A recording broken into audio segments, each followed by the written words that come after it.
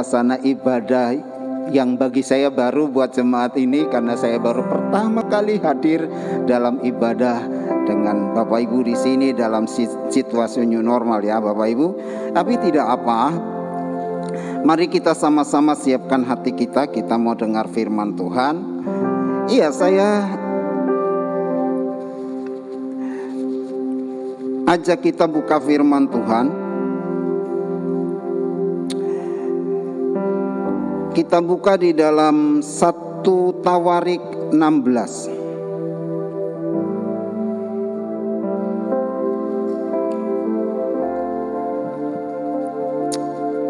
Iya, judulnya nyanyian syukur Daud. Kita buka 1 Tawarik 16. Kita baca ayat yang ke-7.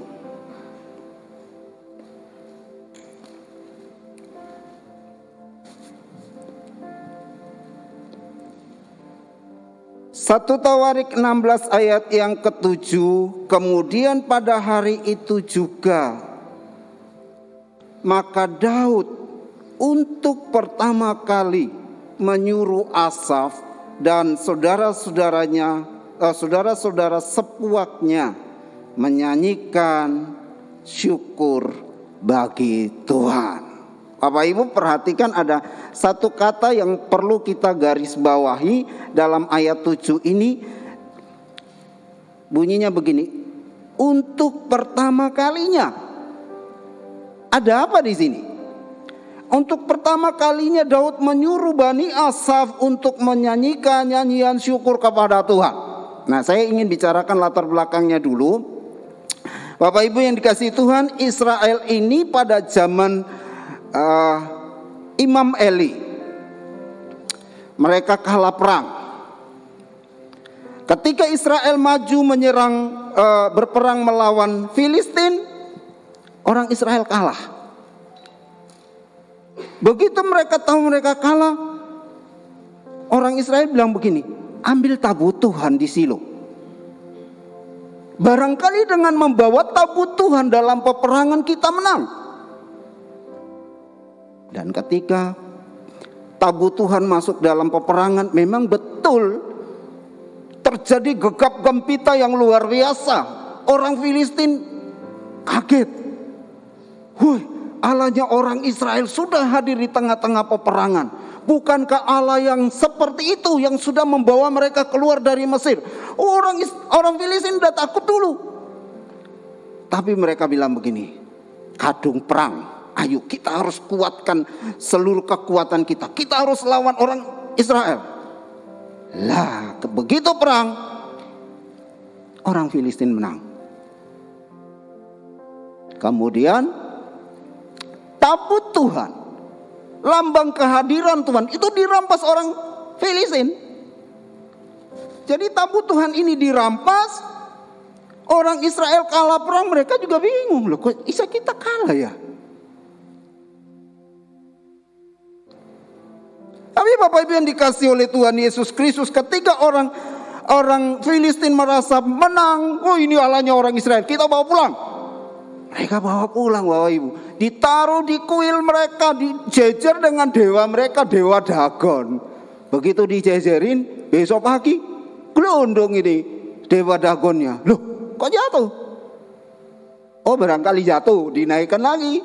Besoknya jatuh lagi, gak cuma jatuh, patah.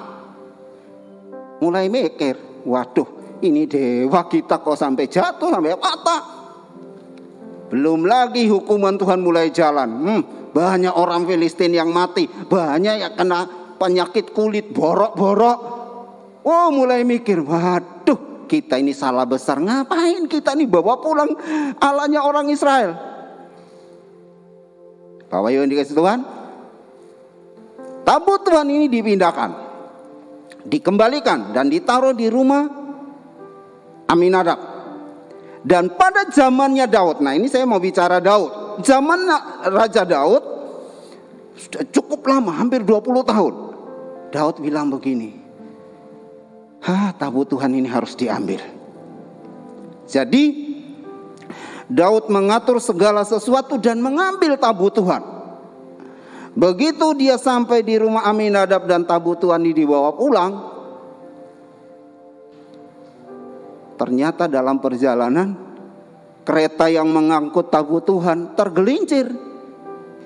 Usa yang di samping mendampingi tabut Tuhan pegang tabut Tuhan, seketika mati. Daud bingung lagi, lah piye carane? Tabut Tuhan ini saya mau bawa pulang, lah Tuhan kenapa sampai menghukum Usa? Gak jadi dibawa pulang Bapak Ibu, dimenggokno saudara, ditaruh di rumah Obed-Edom. Kurang lebih 3 bulan. 3 bulan Obed-Edom diberkati luar biasa lagi. Orang ngasih tahu Daud, hei Daud, Obed-Edom loh diberkati luar biasa karena tabut Tuhan. Daud mikir, aduh gimana ya bawa pulang tabut Tuhan. Bapak Ibu, dari situlah dia mulai memikirkan cara bagaimana. Kemudian dia memanggil imam-imam, dia mulai gimana caranya. Nah, dia temukan cara Bapak Ibu. Cara memindahkan tabut Tuhan Bapak Ibu.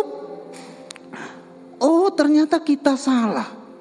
Ngapain tabut Tuhan itu ditaruh di dalam kereta di bawah? Tabut Tuhan itu harus dipikul.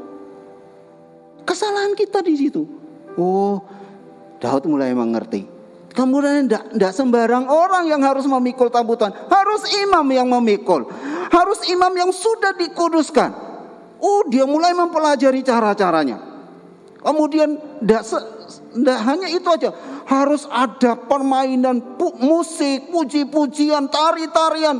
Sesuatu pesta besar, pesta gegap gempita mengiringi tabut Tuhan ini pulang ke Yerusalem. Dan Daud lakukan seperti itu. Saudara, akhirnya tabut Tuhan dibawa pulang di Yerusalem. Nah, ayat ini yang menjadi dasar kita bicara hari ini, itu latar belakangnya. Sekarang dasarnya yang kita baca di dalam ayat 7 tadi Bapak Ibu, saya tidak mengutip banyak ayat karena waktu saya sangat singkat ya Bapak Ibu. Ayat 7 kita sudah baca tadi bahwa untuk pertama kali Daud suruh Asaf untuk menyanyikan nyanyian syukur kepada Tuhan. Nyanyian syukur yang dipanjatkan kepada Tuhan, betapa Tuhan sudah menolong luar biasa. Tabut Tuhan yang sudah dirampas sudah bisa dibawa pulang. Nah saudara, nyanyian syukur karena pertolongan Tuhan ini mari kita perhatikan, ada beberapa hal penting yang harus saudara dan saya perhatikan di sini. Kita baca di dalam ayatnya yang ke-11. Nyanyian syukur Daud yang ada banyak hal, tapi yang perlu saya garis bawahi dan kita pelajari pada pagi hari ini. Yang pertama, carilah Tuhan dan kekuatannya, carilah wajahnya selalu. Yang pertama Bapak Ibu, nyanyian syukur Daud yang pagi ini saudara dan saya harus mencermati dan juga menjadikan itu sebagai pegangan bagi Bapak Ibu sekalian, bahwa Bapak Ibu dalam situasi dan kondisi seperti ini, jangan lupa Bapak Ibu harus sungguh-sungguh mencari Tuhan. Pagi ini saudara dan saya datang beribadah kepada Tuhan, ini merupakan sebuah jawaban bahwa ini Bapak Ibu sedang mencari Tuhan. Bapak Ibu sedang sungguh-sungguh di dalam situasi yang sulit ini, walaupun berkerumun seperti ini kita yang tahu kesehatan dan kita menjaga kesehatan dengan baik, harusnya kita hindari. Tapi mari kita beribadah kepada Tuhan dengan sungguh-sungguh. Kita minta pembelaan Tuhan. Carilah Tuhan dan kekuatannya, carilah wajahnya selalu. Saudara, memang kenapa saya bilang pagi ini Bapak Ibu dan saya harus sungguh-sungguh mencari Tuhan, karena memang nanti ada pada satu titik di mana saudara dan saya tidak bisa mencari Tuhan. Pada satu titik di mana saudara dan saya ingin datang beribadah seperti ini, udah tidak bisa. Pada satu titik di mana saudara dan saya ingin bersekutu bersama, sudah nggak boleh. Tapi baiklah pagi hari ini Bapak Ibu yang dikasihi Tuhan, Tuhan masih kasih kita kesempatan loh. Tuhan masih kasih kita nih waktu untuk sungguh-sungguh mencari Tuhan. Maka saya berharap Bapak Ibu dan saya sungguh-sungguh cari Tuhan. Rugi besar Bapak Ibu yang sekarang sudah kenal Tuhan Yesus tapi ikut Tuhan itu jangkap-jangkapan. Bapak Ibu mengerti jangkap-jangkapan? Saya orang timur tapi saya belajar mengerti ini. Jangan sampai kita ini ikat Tuhan tuh halawis ben ketok ikut Tuhan ngono lho. Digawe pelengkap aja. Salah Bapak Ibu. Harusnya mencari Tuhan itu menjadi prioritas Bapak Ibu. Harusnya dalam segala sesuatu yang saudara kerjakan, Kristus menjadi sentral dalam kehidupan Bapak Ibu semua. Pusat dari segalanya. Karena dengan begitu Bapak Ibu akan melihat kekuatan kuasanya bekerja di dalam kehidupan kita.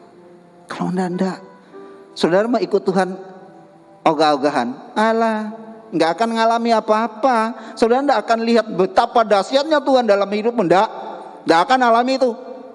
Tapi ketika saudara sungguh-sungguh mencari Tuhan, ketika saudara sungguh-sungguh hidup sebagai anak Tuhan dan melakukan apa yang Tuhan mau dalam, Bapak Ibu akan melihat loh, Tuhan Yesus yang saudara kenal dan saudara percaya bahwa Dia Allah dahsyat, itu benar-benar saudara alami. Halo Bapak Ibu yang di sepanjang sudah berapa tahun ikut Tuhan, kalau sampai hari ini pertumbuhan rohanimu masih stagnan, mandek, gak maju-maju, rugi. Karena di luar sana ada orang berlomba begitu luar biasa mencari Tuhan. Orang yang tadinya tidak kenal Tuhan sekarang butuh. Kalau bisa kita ini dikalahkan kok. Mereka begitu giat. Lah kita yang sudah pirang tahun melok Tuhan Yesus, dibilang maju ya gak maju, mandek iya, mundur tambah lagi. Lah tadi apa Bapak Ibu?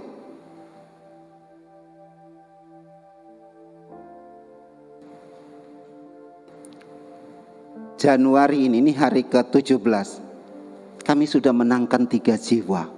Luar biasa. Saya sampai bilang gini, Tuhan, sebelum pandemi loh Tuhan, menangkan jiwa saya angele. Lah kok tambah pandemi gak boleh berkumpul bersekutu, tambah menangkan jiwa. Cepet deh Tuhan kirim jiwa. Luar biasa. Ada 1 jiwa yang kami menangkan tahun lalu. Cara memenangkannya menurut saya itu aneh dan di luar dari yang saya pikirkan. Orang ini sakit, datang dan saya doakan. Tetapi yang membuat dia tertarik bukan Tuhan Yesusnya awalnya, cuma cara doanya itu loh yang dia kaget. Karena begitu dia datang, dia sakit dan dia datang, dia bukan saya, dari adiknya dekat rumah saya. Begitu dia datang dia bilang, aku sakit loh, wis berobat kemana-mana kok gak waras. Halo dang Pak Reson kono loh, pendikai pencerahan. Jadi dia datang, saya cuma bilang begini, alah Bapak ini loh gak sakit. Aku ini loh sakit. Enggak, Bapak ini enggak sakit. Aku loh dibilangnya gak sakit, sampai memang kepengen sakit ah. Enggak, lah ya wis waras ngono loh saya bilang gitu. Ya uji Tuhan. Ya sudah, karena orang baru saya bilang ayo doa. Saya cuma bilang Tuhan Yesus sembuhkan Pak Monari dalam nama Yesus. Sudah sih singkat dan ndak orang baru kenal Tuhan Yesus doa panjang lebar kaya apa. Nggak perlu. Saya cuma doa pendek begitu selesai, udah orangnya pulang. Berapa hari kemudian dia datang lagi. Dia bilang begini, aku sudah sembuh. Oh puji Tuhan. Dia bilang gini, yang buat saya lucu gini, aku uru ono po ilmune, ya opo carane, ilmu apa? Saya itu kan ya aneh, ilmu apa? Walah, podo ae pendeta karo dukun. Wis saya kaget. Loh kenapa? Loh saya ini berguru loh. Dukun ini saya datangi, dukun ini saya datangi. Kalau saya ke sini dia bilang, "Oh, ilmumu saya ini, belajar kono saya ke sana." Saya dilempar lagi. Lah jadi saya ini kapan belajarnya? Dilempar sana. Oh, tiba-tiba pendeta ya podo ae jarene ngono. Oh, aku ke sini minta belajar ilmu ini uruono kok katane gak duwe ilmu. Saya bilang, lo bener Pak, saya ini ndak punya ilmu. Lah sing kemarin aku didoano ke ilmu apa? Oh, lek ilmu ngono gampang, Bapak jalu dhewe gak apa-apa. Jalu waras masa pakai mulut saya, Bapak ngomong sendiri minta sembuh bisa. Tapi pikir aku didoano di apano lo kok ngomong mengono tok. Saya bilang iya ngomongnya ngono tok, tapi Tuhan yang bekerja bukan saya. Saya bilang gitu. Tapi aku uruono lo iya le sampean gelem diurui ayo monggo. Puji Tuhan Bapak Ibu, dia datang berawal dengan doa yang singkat dan pendek itu loh. Tuhan bekerja, orangnya tuh bertobat, sekarang ikut Tuhan Yesus. Apakah kita harus bersaksi panjang lebar? Nggak perlu, saksi panjang lebar hidupnya gak benar, tambah ngenyek orang Bapak Ibu. Tapi ketika kita hanya bersaksi, doa singkat itu loh. Dia bilang begini, lek ngono aku mending doa model ngene Pak, timbangan ping 5 tapi aku gak sanggup. Saya bilang monggo lek sampean gelem. Bener Bapak Ibu. Saya pikir hanya ngomong begitu. Satu waktu saya bilang, Bapak mau ikut, saya mau ikut ibadah. Saya bilang enggak bisa, kita ini ibadahnya online. Saya kirim link ya Pak. Saya kirim link sekali 2 kali, enggak mau Bapak Ibu. Ibadah ketiga dia datang ke rumah. Dia bilang, Pak Resan itu ibadahnya di rumah kan? Saya bilang, iya. Ibadah ketiga dia datang tanpa sepengetahuan saya. Saya bilang begini, loh Bapak kok datang? Gak boleh tak? Bukan gak boleh, tapi kok saya kaget aja. Katanya begini, aku gak marem Pak, melok ibadah kayak begitu, saya mending datang. Dan puji Tuhan sampai hari ini dia setia datang beribadah. Bapak Ibu tahu, ketika dia datang beribadah, dia bawa istri, anak-anak, mantu ke rumah saya. Dia kenalkan ke saya, dia bilang begini, aku sinaunya di sini, ojo larang aku. Aku wis golek ilmu tekon dindi, lagi iki aku nemu. Jadi ojo larang aku sinau dek ini. Bapak Ibu, jadi dia minta izin sama istri dan anak-anaknya untuk ibadah di tempat kami. Dan puji Tuhan sampai hari ini istri dan anak-anaknya mendukung 100%. Ya, saya bilang, Pak, apa Bapak pengen Bapak sendiri yang masuk swarga? Boten Pak, saya lagi berdoa. Bapak ngajar saya pulang saya juga ngajar istri saya. Tapi belum, saya bilang belum waktunya, tunggu waktunya. Cari Tuhan sungguh-sungguh Bapak Ibu. Kalau Bapak Ibu jemaat Tuhan di sepanjang sungguh-sungguh, Tuhan akan bekerja luar biasa. Yang kedua, nyanyian syukur Daud. Yang kedua kita lihat ayat 12. Waktunya cepat sekali. Ingatlah perbuatan-perbuatan ajaib yang dilakukannya, mujizat-mujizatnya dan penghukuman-penghukuman yang diucapkannya. Yang kedua Bapak Ibu yang dikasih oleh Tuhan, nyanyian syukur Daud kepada Tuhan adalah dia mengajak seluruh orang Israel supaya mengingat kembali perbuatan-perbuatan Tuhan yang luar biasa yang Tuhan sudah lakukan bagi bangsa Israel. Kalau diingat-ingat begitu Israel disuruh pulang dari Mesir ke Kanaan, berapa banyak Tuhan melakukan mujizat bagi bangsa Israel. Tapi toh ya orang Israel ya tidak sungguh-sungguh sama Tuhan. Zamannya Eli perkara tabu Tuhan saja ini loh Bapak Ibu. Tuhan buat perbuatan ajaib yang luar biasa. Mereka bawa tabu Tuhan, dikira tabu Tuhan itu memang lambang kehadiran Tuhan. Tapi dipikirnya gini, bahwa tabu Tuhan ini kita pasti menang. Tidak, masih tabu Tuhan dibawa. Kalau orang Israel ini tidak mengandalkan Tuhan, masa menang? Perbuatan ajaib yang Tuhan lakukan selain tabu Tuhan dirampas, orang Filistin dihajar habis-habisan, Usa mati karena pegang tabu Tuhan, karena kereta tergelincir mau jatuh. Obed-Edom, Tuhan berkati hanya numpang titipi 3 bulan, diberkati luar biasa. Ini kan perbuatan-perbuatan ajaib berkaitan dengan tabut Tuhan yang Daud bawa pulang ke Yerusalem. Soalnya kalau kita ingat perbuatan-perbuatan Tuhan yang Tuhan sudah lakukan dalam hidup kita, tidak akan ada habisnya. Karena saya tahu Bapak Ibu di sini semua mengalami perbuatan Tuhan yang luar biasa. Dan Tuhan bilang, ingat toh. Orang Jawa ngomong eling, apa yang Tuhan sudah buat. Oh, Tuhan sudah buat dalam hidup kita perkara-perkara besar. Lah kok dianggap hal biasa, kebetulan. Loh, bangun pagi isak ambaan itu loh. Gak semudah itu. Jangan dianggap alawis. Biasa ngono tangi turu ya isak ambaan. Bapak Ibu lihat orang Covid ambane, wis ngono bayare larang. Ayo. Enggak perlu saya jelaskan kan? Bapak Ibu sudah tahu toh? Bapak Ibu kalau bangun pagi bisa napas, Tuhan terima kasih. Saya masih bisa bernapas dengan baik. Semua organ tubuh saya masih berfungsi dengan baik. Doakan saudara-saudara kita yang terpapar Covid.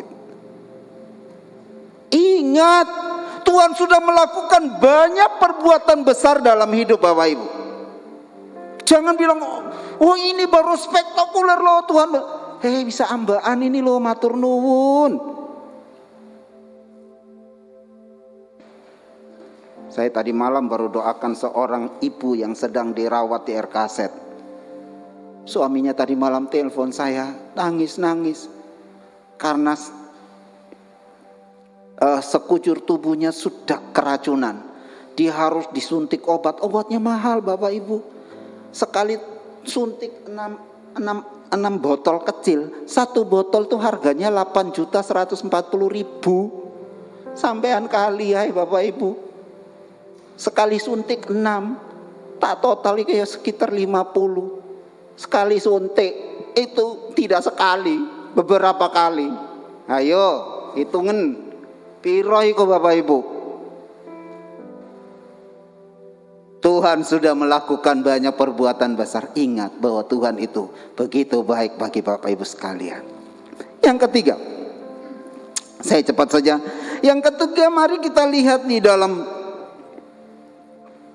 ayat yang ke-24.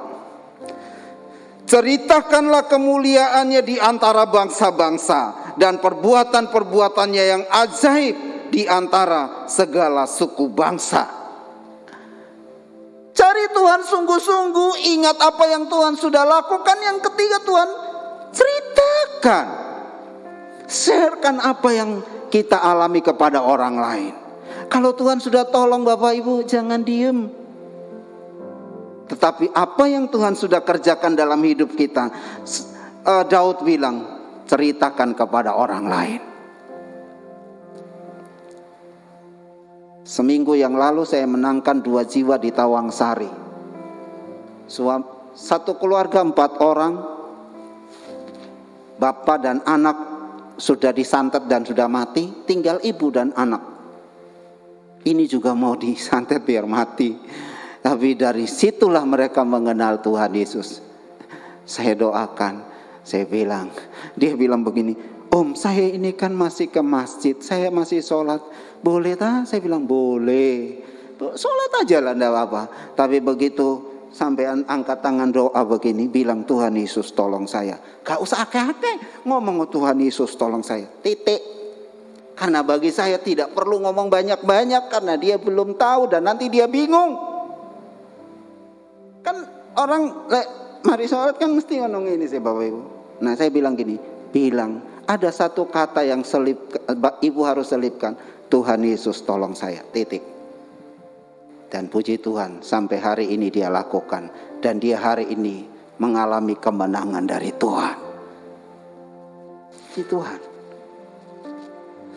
Sekitar 2 hari yang lalu, 3 hari yang lalu, ada salah satu mahasiswa UNER, S3 UNER, Fakultas Kedokteran UNER, ke rumah saya. Ya ini kesaksian-kesaksian orang dengar-dengar dan ke rumah saya. Dia lagi kebingungan. Karena dia kuliah S2, S3 itu ada 2 profesor yang biayai pendidikannya dia. Tapi 2 profesor ini lagi di ICU karena COVID. Dia bingung, ya apa penelitian saya, siapa yang bayar? Dan dia ketemu dengan saya sekitar 3 hari yang lalu. Dia bukan anak Tuhan, Bapak Ibu.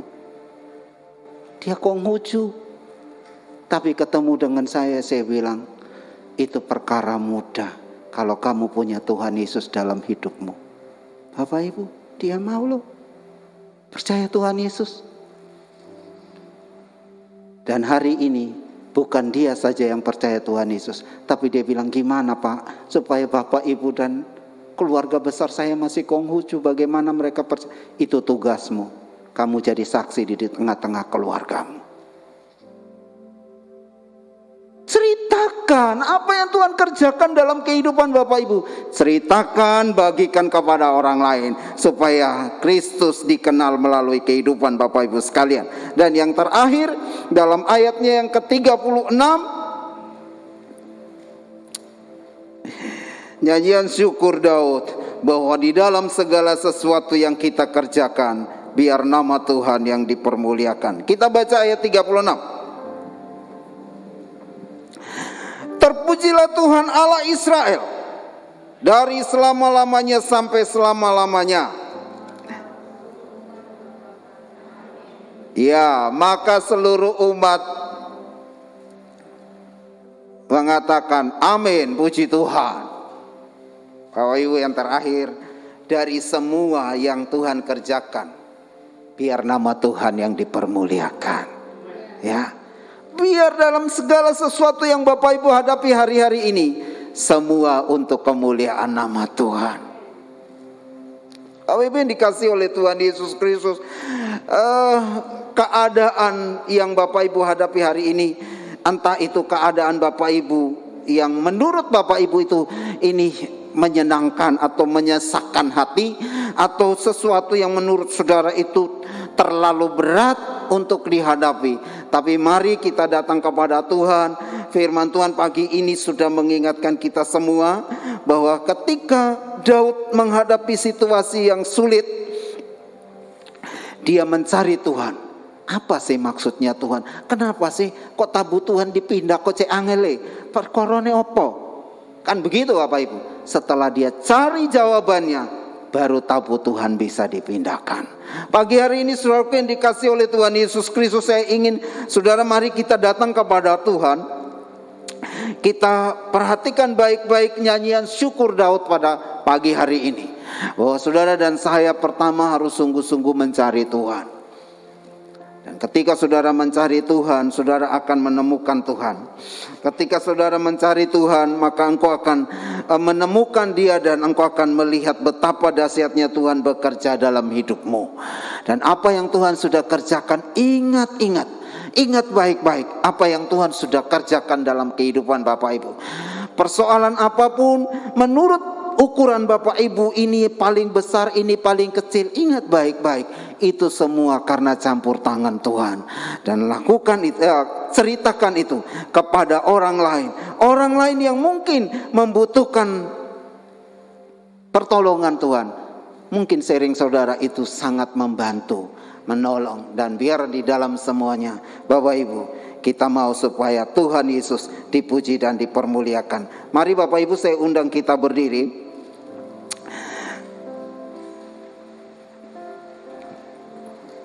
Oke, saya minta waktu mungkin 2 menit. Bapak Ibu, saya undang berdiri. Kita akan datang kepada Tuhan, kita akan berdoa sekaligus menerima berkat Tuhan.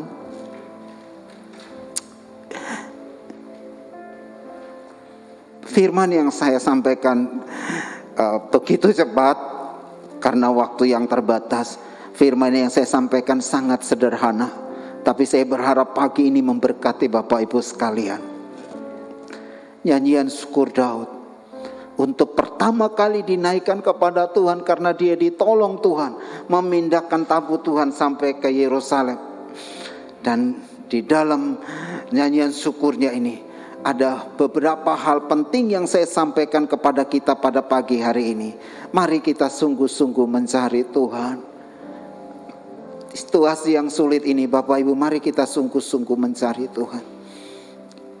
Kalau mengalami kesulitan, ingat bahwa Tuhan yang sama yang Bapak Ibu sembah hari ini sudah menolong pada kasus-kasus yang sudah lalu. Maka di kasus yang sekarang Bapak Ibu hadapi, di persoalan yang Bapak Ibu hadapi pagi ini, itu juga Tuhan bisa tolong. Dan kalau Tuhan sudah tolong, jangan lupa bagikan kepada orang lain. Ceritakan bagaimana dahsyatnya Tuhan sudah menolong Bapak Ibu, supaya kesaksianmu menguatkan orang lain. Dan biar apa yang Tuhan lakukan dalam hidup Bapak Ibu, kemuliaan hanya bagi Tuhan saja. Mari Bapak Ibu angkat tanganmu di hadapan Tuhan. Saya akan berdoa.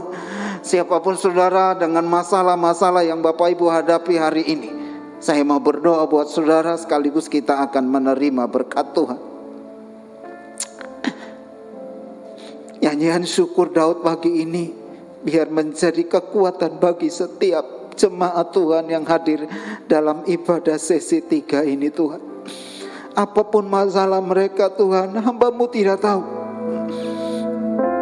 Tapi Tuhan, Engkau tahu setiap persoalan mereka. Kami bersyukur Tuhan, pagi hari ini kami masih punya kesempatan mendengarkan janji Tuhan. Dan biarlah janji Tuhan yang sudah kami dengar ini menjadi kekuatan bagi kami semua. Kami mau sungguh-sungguh mencari Tuhan. Dalam situasi dan kondisi apapun, kami mau sungguh-sungguh mencari Tuhan. Dan biarlah Tuhan, dengan kami mencari Tuhan, kami akan berjumpa dengan pribadi-Mu. Pribadi yang sudah melakukan perkara-perkara besar di tengah-tengah kami. Dan kami akan ingat selalu apa yang Tuhan sudah lakukan dalam hidup kami. Dan kami bagikan, kami ceritakan kepada orang lain, supaya orang lain pun diteguhkan imannya, dan dia pun maju di dalam Tuhan. Dan biarlah semua yang kami lakukan, dan akhirnya semua kemuliaan hanya bagi Tuhan. Tuhan, hamba berdoa buat seluruh jemaat Tuhan yang hadir pada pagi hari ini. Engkau tahu setiap persoalan mereka. Dan biar tangan Tuhan yang dahsyat dan ajaib saat ini turun atas setiap jemaat. Tuhan membela mereka, Tuhan menolong, Tuhan menyelesaikan masalah mereka satu persatu.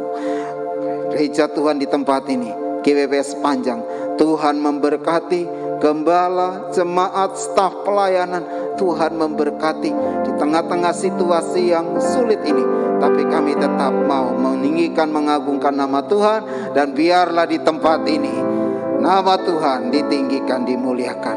Akhirnya kami mengucap syukur karena Tuhan sudah memberkati kami semua. Seluruh jemaat Tuhan yang hadir dengan berbagai persoalan mereka, Tuhan sudah campur tangan. Dan kami pulang dari tempat ini dengan iman, kami terima jawaban Tuhan.